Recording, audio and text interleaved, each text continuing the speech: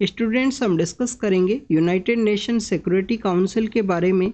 Students UN के जो 6 principal organisation हैं जिनके द्वारा यूएन चार्टर है उसको साइन किया गया था, तो उसी 6 प्रिंसिपल ऑर्गेनाइजेशन का जो पार्ट है आपको यूएनएससी है वो देखने के लिए मिलेगा।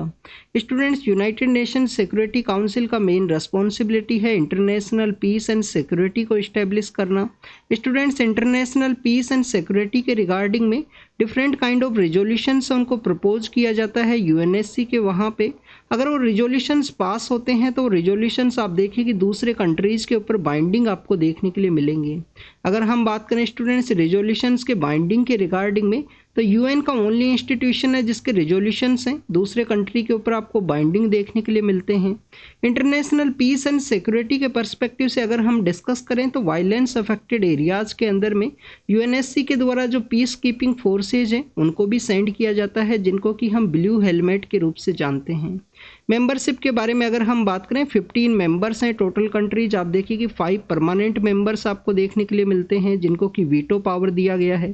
10 नॉन परमानेंट मेंबर्स हैं जिनको कि 2 ईयर का जो टर्म है उसके बेसिस पे इलेक्ट किया जाता है डिफरेंट एरियाज से।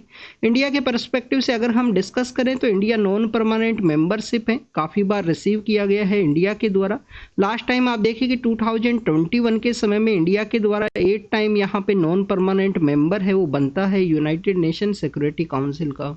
अगर हम बात करें स्टूडेंट्स हेडक्वार्टर के पर्सपेक्टिव से, तो न्यूयॉर्क के अंदर इनका जो हेडक्वार्टर है वो सिचुएटेड है। आप देखिए कि यहाँ पे हमने यूएन के जो 6 प्रिंसिपल ऑर्गेनाइजेशन है उनके बारे में डिस्कस किया गया था। तो आप देखिए कि जो इंटरनेशनल कोर्ट ऑफ जस्टिस है जो एक यहाँ पे प्रिंसिपल ऑर्गेनाइजेशन है जिसका हेडक्वार्टर आपको हेग के अंदर देखने के लिए मिलेगा। रेस्ट जो 5 यहाँ पे परमानेंट मेंबर्स हैं, परमानेंट ऑर्गन्स हैं, उनका हेडक्वार्टर न्यूयॉर्क सिटी के अंदर ही सिचुएटेड है। यूनाइटेड नेशन सिक्योरिटी काउंसिल का जो इनफॉर्मल मीटिंग्स है आउटसाइड द चैम्बर के अंदर अगर कंडक्ट किया जाता है, जिसको कि हम अरेरिया फॉर्मूला के नाम से भी जानते हैं। नेक्स्ट अगर हम बात करें यूएनएससी के रिफॉर्म के बारे में, तो काफ़ी सारे ऐसे एरियाज हैं जिसमें अफ्रीकन कॉन्टिनेंट है, लैटिन अमेरिका है, कैरेबियन आइलैंड्स हैं जिनका परमानेंट मेंबर्स के रूप से रिप्रेजेंटेशन नहीं है, तो उसी के रिगार्डिंग में रिफॉर्म का डिमांड आपको देखने के लिए मिलेगा।